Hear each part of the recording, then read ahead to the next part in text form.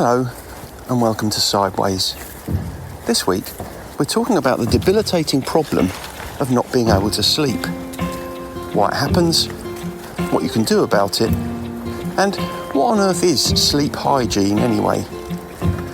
Martin has himself a new mic, which makes him sound like Barry White.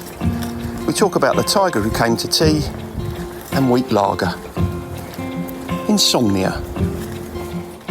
Can you hear me all right? I can. Oh, blimey, you've got some new kit. I know, that's what I was trying out, but for some reason I couldn't get through. You sound sort of as if you're doing adult voiceovers.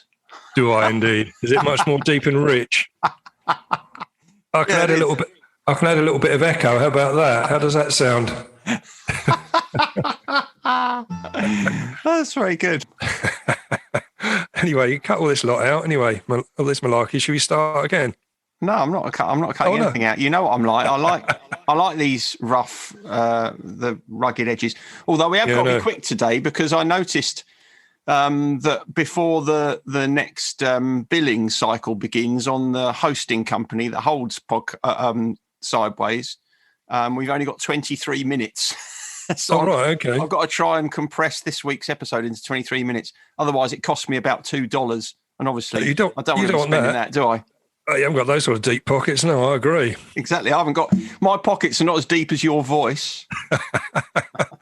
I'm feeling a bit Barry White today. I should have done my vocal training warm-up exercises beforehand as well. You look more like Barry Fry than Barry White. Yeah. Anyway, so what do you want to talk about today then? I want to talk about insomnia. That's the heading on my notes. Oh, okay. Have you got it? No, I haven't. Not now, but it's a topic that comes up all the time in the recovery community, especially those people that are in the early stages of recovery. Okay. But I know from the amount of supposed remedies available on the market, it affects a lot of people anyway, whether they've got addiction issues or not. The majority of people who suffer from insomnia suffer from it because they believe that they suffer from insomnia. Yeah, I wanted to come on to that later on, actually. Right, it's right down the bottom of my notes when we're looking at treatments and stuff. But I'll let you steer. Well, I've got some notes in front of me. Have you? No. No. No. Okay. Well, I'll try and steer then. But I know you're very difficult. You're like a wayward ship with tattered.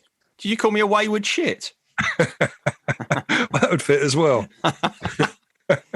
I've worked quite a lot with insomnia, and I'm hoping that anything you throw at me, insomnia-wise, I can handle. Excellent. I mean, for me, it was probably one of the most rewarding aspects of going into recovery was a return of a sort of a consistent sleep pattern.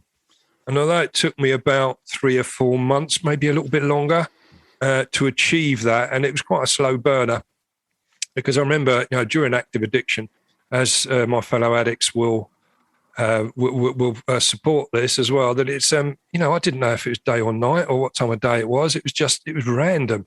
It really was. So getting back to some sort of pattern in a life pattern, but as well as a sleep pattern, was just lovely. Okay. I was going to do it before we start, but we're quite a long way in, aren't we? Should we skip that? Well, it depends how interesting it is. Well, I was just it wasn't really addiction related, but I was just going to mention about the sad death of Sean Locke. That was sad, yeah. At the age of 58. I mean, he's one of the funniest guys around, when a great comedian. And I could sort of worm this in because I was seeing if he had any addiction issues himself, but he didn't seem to. But he did write a book, which was a rewriting of the children's classic, When the Tiger Came to Tea. Oh, yeah. Have you seen that one where his book is When the Tiger Came for a Pint? So it is sort of alcohol related. I have seen it, yeah. It's sort of a dangerous combination, that tigers and alcohol. But what it reminded me in that book when he was reading through it, I think it was on 8 out of 10 Cats Does Countdown, that he said the tiger, he went into the pub and he didn't want Carling because it was too weak and gassy. And he wanted a pint that packed a punch like Stella or Kronenberg to wash down the zookeeper he's just eaten. Now, it just reminded me of, even in my youngest memories of picking up a drink, the wheat lagers never interested me. I always found them frustrating. Do you think presumably that's the same for all alcoholics, is it? I'd imagine so. From the when they get, by the time they get to recovery, they've, most of us have got onto the strongest spirits we can get hold of, really, that does the job very quick. But I remember, even, sort of 14, 15, when I first had a can of lager at home. Remember that Skull lager? I do remember which was awful. It was about 3.5% or something. And I remember thinking, this isn't really hitting the spot. So even back then, I was starting to drink for the effect rather than it being a social activity. Mm. But to me, alcohol was never a thirst quencher. It was an effect seeker. Yeah. Or an effect giver, I should say, because I was seeking the effect and I wanted something that was going to give me that. And, I sort of fell in love with the effect that it gave me very early on. If you've got a hell of a thirst on, have a glass of water. Exactly. That's my advice. It just reminded me when he was reading that book out. Anyway, get back to Insomnia. Yeah. When I was looking at this, I was sort of researching it because it comes up so often, and people, in fact, someone was asking me about it on the groups this week, and I said, well, we're just going to record one on Sunday. What came up, that there was 3 types of insomnia as well, which I wasn't aware of, which named them as transient, which lasts up to a week, and then there's acute that lasts up to a month, and then chronic, which lasts for more than a month, effectively, for as long as it takes, or forever. I mean, is that something you've come across at all, or is that sort of outside your? Well, I don't know. Well, no, I haven't really come across that, to be honest. I mean, I suppose, if you suffer sleeplessness for a week, the likelihood it's probably related to something that's happened in your life. Yeah. I think. I mean, a month, that's quite a long time if you're not sleeping properly, because obviously it is pretty exhausting. And I think, going back to what we were talking about earlier, if you've not slept well for a month, you've started then to get into a habit of not sleeping well. Yeah. And that, I reckon if you ask most people who haven't slept well for a month, how they felt about their ability to sleep, most people would say, oh, I'm not a very good sleeper. And that's where the trouble starts. As soon as you start saying to yourself, I'm not a very good sleeper, it's like you're creating a self-fulfilling prophecy. Yeah. I mean, trying to look back at my own issues and then talking to other people about this before we recorded this, there seem to be several things that come up which cause, that they can see as the root cause of insomnia. I just wanted to run some of these by you. Things like starting a new job, that seems to have come up quite a lot. Or I suppose, children starting school could or a new school. Mm-hmm. Or relocation seem to come up a lot as well. Moving house, which we know is a stressful situation. Mm-hmm. But that could be an environmental thing as well, couldn't it, if you're trying to get to sleep in a new place. And deadlines at work seem to come up quite a lot as well, which caused and financial issues and difficulties. They all seem to sort of feed into this narrative where sleep then started to become an issue, and they wake up thinking about those things. Well, all of those things, if you put them on a list, they're all stress and anxiety, aren't they? Yeah. So rather than looking at the specific situations that might create sleeplessness, it's worth kind of thinking about, well, what impact is this having on me? This situation, deadline at work, or changing jobs, or children starting school, or whatever, it's creating a level of stress and anxiety in me, which I'm finding difficult to deal with, and I'm not finding a way of processing it any other way. And therefore, when I go to sleep or when I go to bed, it's starting to whiz around in my mind. Yeah. And so that will either stop you going to sleep in the first place, because you'll go to bed, you'll turn the light out, and there you'll be lying and thinking about all of those things that, what you didn't do at work or what's coming up tomorrow. Or you'll go to sleep because you're so knackered from being stressed and anxious, but you'll wake up in the middle of the night. And again, those thoughts will probably be kind of going around in your head. Yeah. So that tends to be what happens. And of course, when you wake up, if you wake up at 2:00 in the morning and you think, I've got to get up at 6:00 in the morning, you start to get anxious about that. And that then will release adrenaline, and the adrenaline starts coursing around your body. And so it becomes even harder to go to sleep. So, I mean, yes, if we discount the things other things outside of that, such as, you might have a bad mattress or something like that, or, you might be taking certain medication that's got side effects that increases insomnia. Yeah. We know that excessive caffeine or even smoking can cause it, but certainly alcohol and drugs are a major cause of insomnia, and that's what comes up all the time. But I wanted to look at, really, you started to touch on it, about the treatments for it, or treatments, I'm not sure that's the right word, but the way we deal with that perhaps alleviate some of the problems related to insomnia. One of the things that came up when I was researching it was, I think you sort of started to touch on it, was a sort of sleep hygiene education, they call it, which is some of the basic stuff about, not drinking caffeine late in the evening or alcohol at all before you go to bed, or watching TV in bed, that sort of thing. Is that comes up quite a lot, because I think we can all slip into those habits quite easily, can't we, if we're not careful? And using, even looking at your phone just before you go to sleep. Sleep hygiene is really important. No screens in the bedroom is key, because it's not just the fact that you're being stimulated because you're watching something on your phone or on a television, but it's also the nature of the light that is emitted, making sure your bedroom is dark and airy, making sure you're not too cold, not going to bed hungry, but not having a big meal before bed, not doing strenuous exercise before bed. What else? Not drinking alcohol before you go to sleep.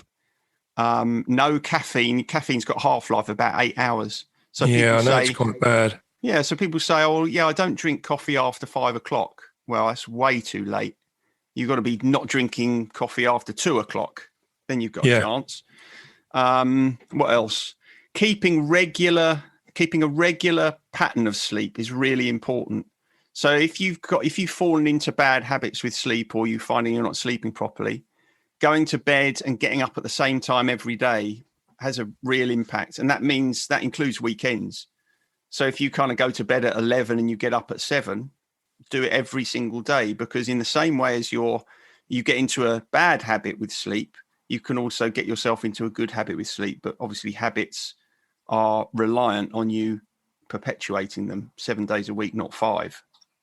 Yeah, I agree, but it's strange, because even though I don't wake up on the alarm at the weekends, I tend to wake up pretty much at the same time anyway, because I've got into that pattern of going to bed at a certain time and waking up at a certain time, and I see no real reason to change that at the weekends, because I'm not tired. I'm not tired at the weekends and think, I've got to catch up on sleep. A really simple fix, and you'll know people. You may have been one of these people. You'll know people who will wake up in the middle of the night, and they'll always wake up at the same time in the night. And the best thing to do, if you are one of those people, is to get rid of all clocks or ways of telling the time in your room. So don't allow yourself to see your phone. Get rid of your alarm clock. Have an alarm on if you need it, but turn the clock away from you and put it somewhere you can't see it. Because what happens is your subconscious brain gets into the habit of waking up at that time. If you wake up at 2 o'clock 2 or 3 days running, your brain starts to say, oh, that's what time we wake up. And so it will keep waking you up at that time. And every time you look at the clock and you confirm that you've woken up again at that time, it will redouble its efforts to wake you up at that time. That's why, as you say, you wake up before the alarm, because your body knows what time to wake up, doesn't need an alarm. So in the same way as that's a very positive thing for us when we're in a good sleep pattern, it creates a very negative sleep pattern if we keep waking up at the same time in the middle of the night. So if you are someone who tends to have that problem, get rid of the clocks for a fortnight and see what impact that has, because you might be surprised. Good tip. I haven't thought about that or heard about that one before. And invest in good bedding. We talked about bedding, didn't we, a couple of weeks ago? We did. Yeah, pillows and stuff. Yeah, I agree. Don't skimp on your bedding, because, once you've been without sleep for a bit, you realise how important sleep is. Yeah. Yeah, no, I agree. There's a bit you touched on earlier on, which I thought was interesting, about the sort of the inaccurate beliefs we have about sleep, and sort of the cognitive therapy that you can potentially offer to someone. I don't know if you can or not. I'm hoping you'll come up with something on that to reduce the sort of fear and excessive worrying as well at that point. Is there therapy which you can do to alleviate that, to aid a sleep pattern? Well, yeah, there are various things you can do. A couple of things that spring to mind.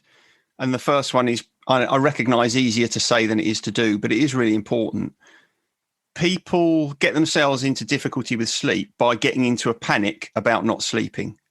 So if you sleep badly for a few days and you start to get worried about not sleeping, you're making the problem worse. So when you wake up at 3 o'clock in the morning and you think, oh, I've got work tomorrow, I'm going to be really tired, I must get back to sleep. We've all had that little statement in our head. Yeah. As soon as you hear, I must get back to sleep, you're in big trouble, because you're making the situation worse. You're placing a demand on sleep, and sleep by its very nature is a passive process. It requires no effort to sleep. It deliberately means you need to make no effort in order to relax. So when you tell yourself, I must go to sleep, you're creating an imperative for effort where none is required. So the best thing to do is if you do wake up in the middle of the night is to say to yourself, okay, I'm going to be tired tomorrow if I don't get to sleep, but it's not the end of the world. It's not going to kill me. You know, it's okay if I lie here and I'm staring into the darkness for the next hour and a half. It's a pain, but it's not the end of everything. The greater the degree to which you can relax yourself when you're not sleeping, the more likely you are to return to sleep. So that's the first thing. The second thing is, and again, you'll have heard people say this, you may have said it yourself. People say things like, oh, I didn't get a wink of sleep last night. Well, Yeah. When you've felt like that for a week or 2 weeks, again, you're creating a reality where probably none exists. So keep a little notepad by your bed, write down what time you go to bed, write down, the last kind of time you remember it being before you went to sleep, write down what time you wake up in the night and how long you're awake for. And you find if you keep a record of your sleep that for most people, your sleep is not as bad as you think it was. So you might say, oh, in the last week, I've not slept at all this last week. But actually, when you look at your sleep diary, you'll find, oh, I got 4 hours that night, got 3.5 the night after, oh, I got 6 the night after. Just confirming to yourself that things are not as bad as you thought they were is one of the things that starts to turn it round and start to make you feel as if, oh, actually, I'm not a complete insomniac after all. I'm not sleeping very well at the moment, but I am getting enough sleep. And if you know you're getting 4 hours sleep, yeah, you're going to be tired, but you're not going to be worried about not being able to function the same way as you would if you literally weren't getting any sleep at all. It's quite unusual for people not to be sleeping at all. So keeping a sleep diary is a good way of creating some empirical evidence, as a mitigation for your darkest thought. Yeah, that all sounds excellent, and it's a good tip to go. And what about sort of relaxation therapy or anything like that? Is there anything you can offer on that to help you, like a bit of meditation or something like that, or is there anything you can do to help you to slow your brain down at that point? Because we know it does race sometimes in the night. Mindfulness is great for sleeplessness. Hypnotherapy is great for sleeplessness. Is it? It is. So if you have access to any sort of meditation audio, there's apps like Headspace and Calm, which are great for helping you to relax at the end of the day. You can find stuff on YouTube. Any sort of relaxation audio is great. Not everybody likes them, but they are very good because if what's happening, they're very good for a lot of people because what's happening is your mind is focusing on listening to something, listening to what someone's telling you to do, focus on your breathing or whatever it might be. And so all the time your mind's focusing on that. It's not thinking about how you're not sleeping. It's not worrying about, I've got to get that report finished tomorrow. So it's like a distraction as well as something that is helping you to feel relaxed. So, yeah, I would definitely recommend. Certainly try them. It might not work for you, but it's certainly worth trying. Something that came up also was guided imagery, they called it, where you're sort of having, focus on neutral or pleasant thoughts. Yeah, that's effectively a hypnosis technique. Is it? Right, okay. So it's a kind of guided visualization.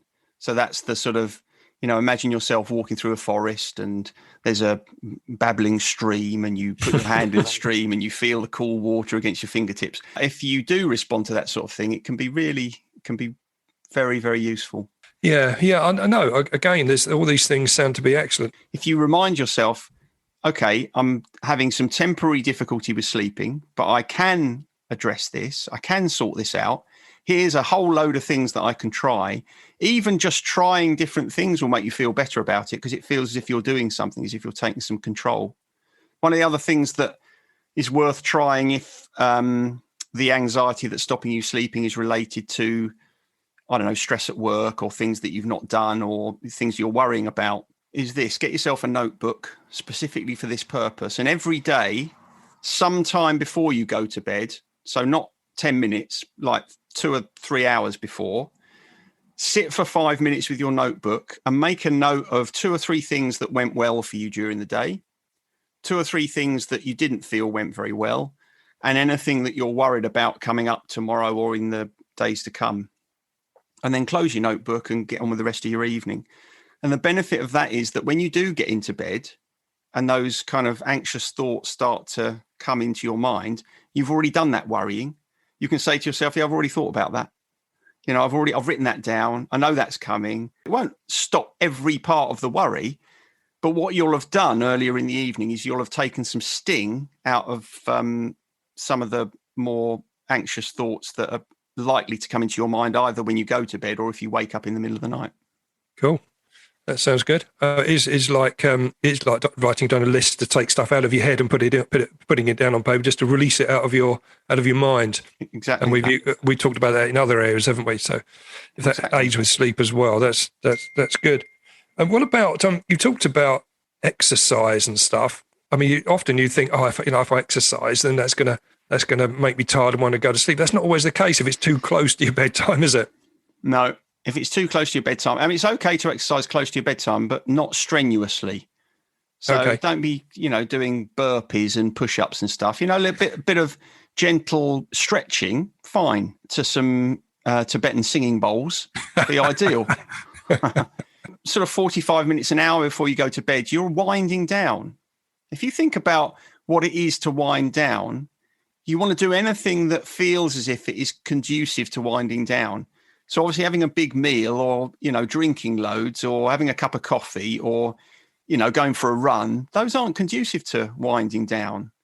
If anything, if you're saying to yourself, I need to really exercise strenuously to make myself tired, you're missing the point, which is you're anxious about sleeping. That's the thing that's going to keep you awake. If you do find you're waking up and you're feeling anxious about lying there, not sleeping, get up, read a book. Do a jigsaw puzzle. I don't know. Don't do anything. Again, don't do anything that's going to kind of hype you up. Don't go and do some gardening at midnight. Okay. But so if you haven't gone to sleep, then in what 15, 20 minutes, 25 minutes, you get up and go and read a book out in the lounge, for example, or unless you find that you are able to lie in bed awake without stressing. But it's funny you mentioned Tibetan singing bowls because I got a bit of feedback this week.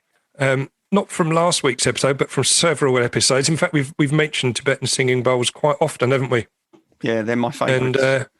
And one of our regular listeners, Jez Thistlethwaite, he sent me through a picture of a stall selling a whole range of Tibetan singing bowls up at Spitalfields Market. Nice. So So thanks for that, mate. It's nice of you to send that through.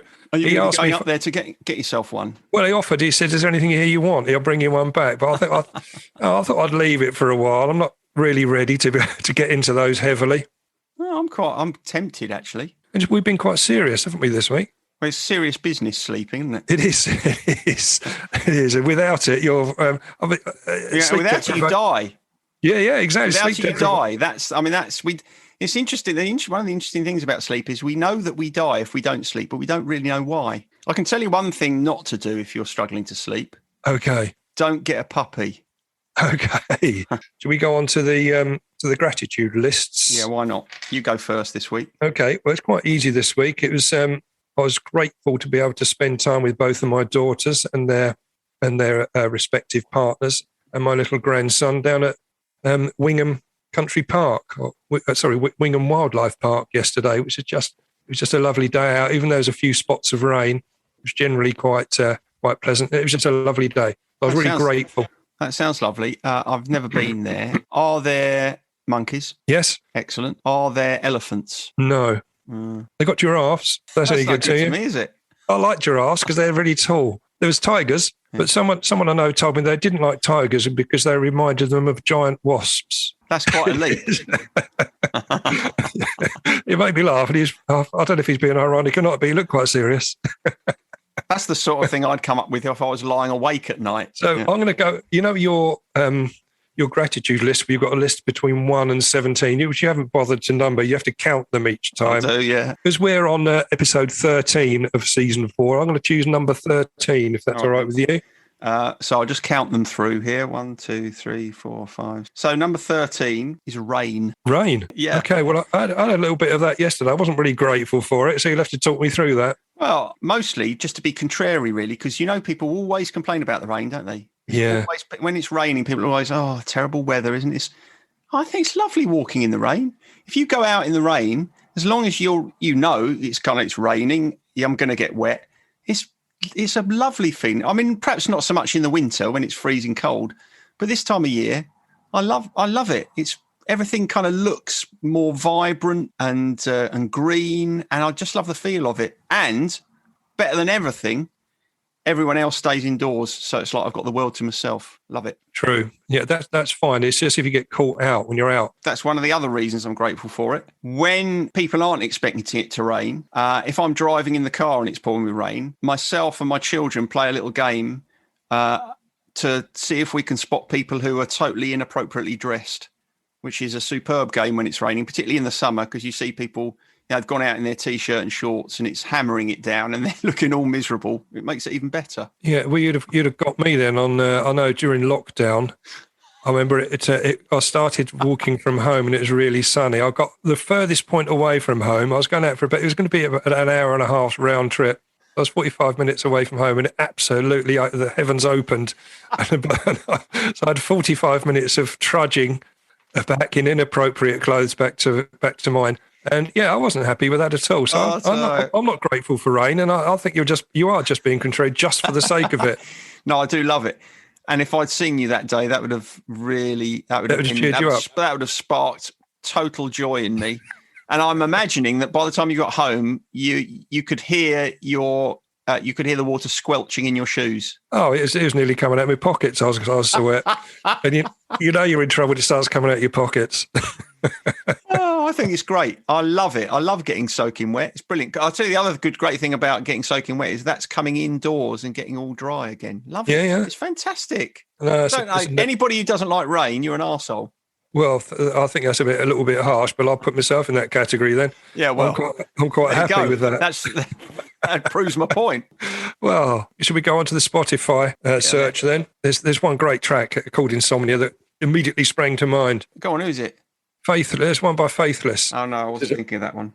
Which is obviously it's a great track. It's obviously sort of a rave, dancey house sort of track, but it's really I really like it. But I'm not putting that on. For that. Yeah, I'm not putting that in. I'm putting in Insomnia by Feeder. That's another band in our in the Venn diagram overlap then. Crossover, yeah, it is. Yeah. You like a bit of Feeder, don't you?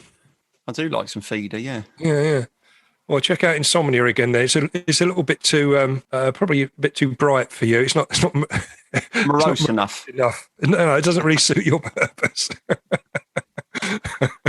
It's a bit more Motorhead than Morrissey. Let's put it that way. I don't like I can't stand Morrissey. I prefer Morrison's to Morrissey. They're being subject to a takeover at the moment, so perhaps Morrissey is going to be taken over as well. He has become a bit of an arse recently. I think we talked about it before, separating the artist from his music. That's about it then, mate. I'm happy there. All right. I'll see you soon. Right. See you later. Laters. Bye. Bye. Sideways was created by Graham Landy and Martin Pankhurst. If you want to read more about our work or sort through the extensive archive of past episodes, just visit grahamlandy-wellbeing.co.uk/sideways-podcast. You can follow us on Twitter or Facebook or Instagram at Sideways Podcast, and you can email us if you have a question or if there's something you'd like us to cover. But most of all, we want to tell you how grateful we are that you come and listen, and we ask that if you've enjoyed what you've heard, that you spread the word. And we'll see you next week.